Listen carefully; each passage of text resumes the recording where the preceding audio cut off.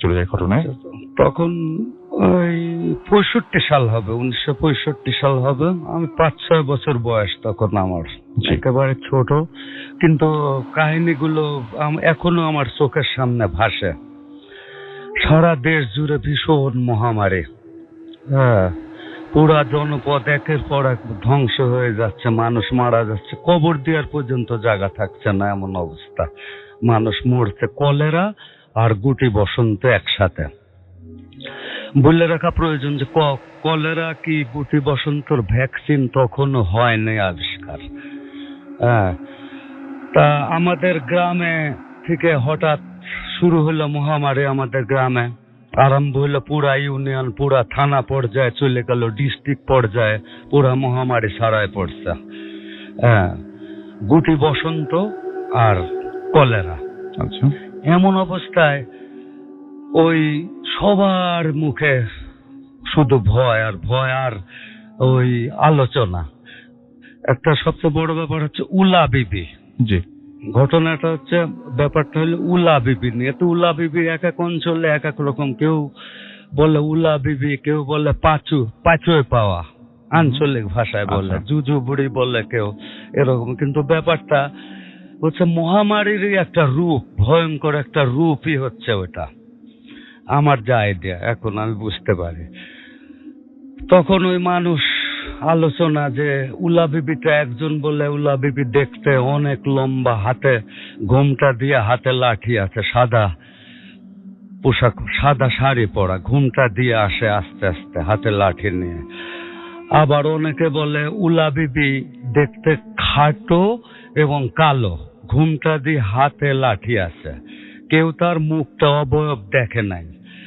আবার এমনও আছে যে অনেক মুরব্বী তখন যারা বয়স্ক ছিলেন তারা বলছে মেঘের ভিতরও নাকি উলা বিবির স্পষ্ট দেখা গেছে, অনেকেই দেখছে মেঘের ভিতর পুরা একটা উলা বিবি, ওই রকম ঘুমটা দিয়ে, হাতে লাঠি।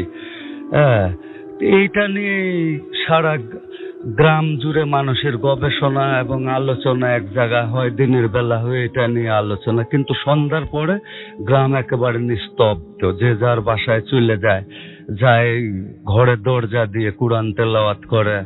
হ্যাঁ, এই হলো ব্যাপার। সবার মধ্যে একটা আতঙ্ক, ভীষণ চোখে মুখে আতঙ্ক বিরাজ করছে সবার চোখে মুখে।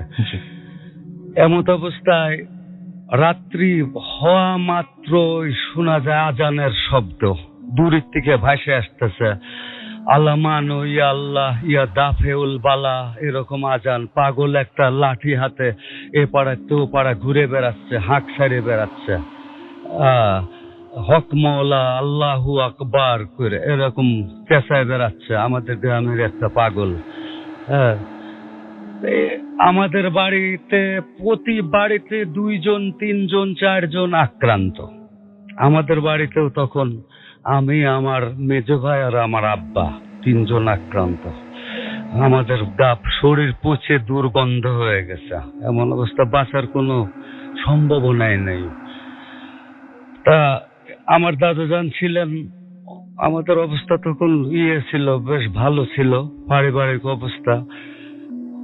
তা চিকিৎসাও চলতো খুব ভালো রকম, সেই হিসাবে আমাদের মোটামুটি আমরা একটু ইয়েতে ছিলাম। কিন্তু যারা একেবারে গরিব ছিল তারা আর হইলে আর তাদের বাঁচার অবস্থা নেই, ছিল না। কেউ কানা হয়ে যেত, কেউ মানে মুখে দাগ, গর্ত বিভিন্ন এখনো আছে আমাদের ওই জায়গা। সব ওই যাদের হয়েছিল এখনো তাদের বান্না আছে। একজনের নাম, সে ভিক্ষা করে বেড়ায়, 2 চোখ কানা। জজ মিয়া আছে ওই রকম কানা। তো এরকম সব ডিফেক্টিভ হয়ে যায়। তা দাদাজানের অশেষ ইয়েতে, দাদাজান ছিলেন একজন আলেম, বড় মাপের আলেম। উনি ইয়ে করাচ্ছেন, ওই নামাজ পড়াইতেন, ইমামতি করতেন মসজিদের। হঠাৎ একদিন এর ভিতরে একদিন শোনা গেল যে দৌড়ায় আসলো দাদাজান, মাগরিবের নামাজের ইমামতি করে মুসল্লিদের নিয়ে বেরোইছেন মসজিদেতে। বেরোনো মাত্র সেই পাগলটা হাঁক ছাড়তে ছাড়তে দৌড়ায় আসলো যে আপনারা সবাই সবার বাড়ি চলে যান, উলা বিবি ঢুকে গেছে গ্রামে আমাদের। দাদাজান জিজ্ঞেস করলেন তুমি কিভাবে বুঝলে? সে বললো যে আমি দেখলাম যে নদীর চর দিয়ে বালুর ভিতর দিয়ে লম্বা, বিরাট লম্বা শাড়ি পরা, ঘোমটা দিয়ে, হাতে একটা লাঠি, আস্তে আস্তে হাঁটে আসতেছে, উঠে আসতেছে নদীর চর দিয়ে। আমাদের বাড়ির পশ্চিম পাশে নদী ছিল, ওটা দিয়ে। তখন দাদাজান বললেন যে আপনি, আর মুসল্লিদের বললেন আপনারা সবাই বাড়ি চলে যান, যার যার ঘরে যায় দরজা দিয়ে জোরে কুরআন শরীফ তেলাওয়াত করেন। আর আমিও বাড়ি গেলাম আমার বাড়িতে। তাই বলে দাদাজান চলে আসলেন। আসার পরে আমাদের যে রুম ছিল, ওই রুমে আমরা যেখানে থাকতাম, সেখানে আব্বা, আমি আর ভাই আক্রান্ত আমাদের ওই পাশে বসে মেজো চাচা, সিজো চাচা, সবাই, ফুপু আম্মা সবাই কোরআন শরীফ তেলাওয়াত করতেন বসে, আর সেবা শুশ্রূষা করতেন। দাদাজন আসে, তাড়াতাড়ি আসে বললেন যে তোমরা সব বেরোয় যাও, বেরোয় ঘরের চারজন চার কোনায় যাও, চার কর্নারে যায় জোরে জোরে কোরআন শরীফ তেলাওয়াত করো। হ্যাঁ, খুব জোরে জোরে, যে যত জোরে পারো। হ্যাঁ, এমন অবস্থা করতে করতেই আর দাদাজন লাঠি নিয়ে যায়, বাইরে দাঁড়াইলেন একটা। মানে আমি তো তখন ছোট, আমি তো আর এগুলো পরে সব ঘটনায় শুনছি আর কি, আমি তো আর দেখতে পারি নাই, আমি তো অসুস্থ তখন। একটু পরে আওয়াজ আসলো পাশের বাড়ির থেকে, বিরাট জোরে কান্নার আওয়াজ। তারপরে খবর আসলো যে গহর মিয়া আর ওর ছেলে ছিল জজ মিয়া, এই দুইজন, গহর মিয়া মারা গেছে। তখন আব্বা খুব করুণ সুরে বললেন যে গহর চাচা মারা গেছে, এখন আমাদের পালা, দুই সন্তান সহ আমার পালা।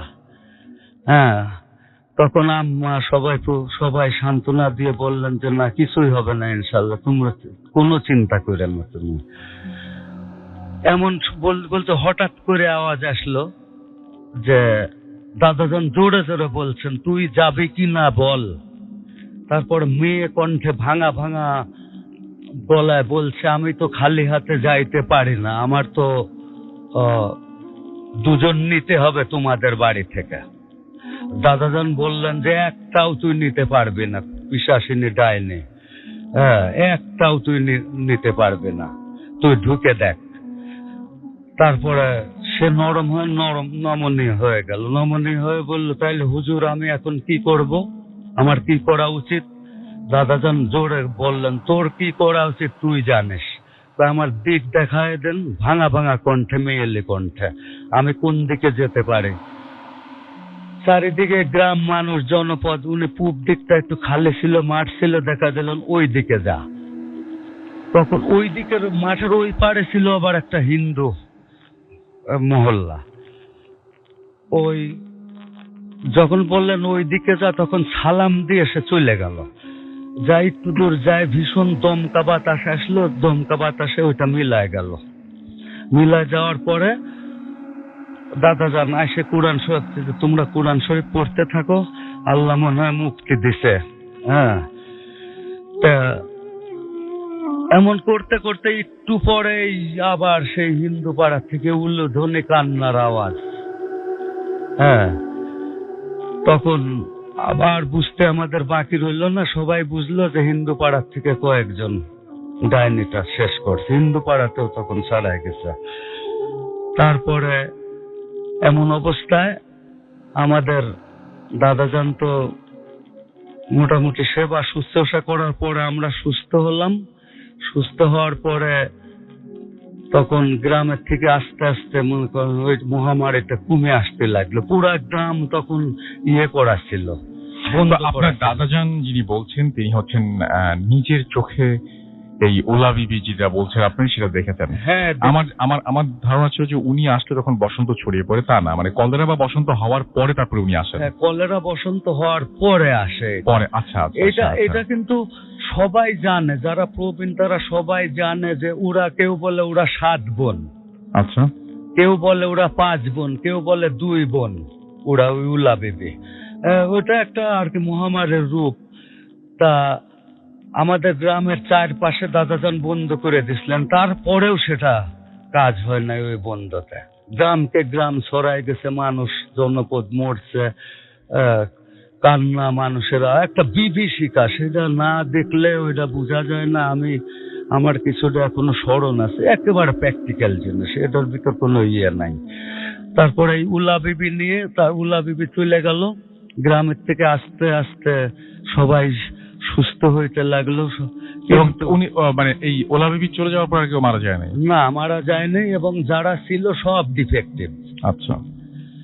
সব কেউ স্বাভাবিক মানুষ ছিল না, বিভৎস এক একজনের রূপ চেহারা। এখনো আমার মুখে দেখেন দাগ আছে, কিন্তু হালকা জি, হালকা পক্ষের বুঝতে দাগ পারছি, জি। আছে।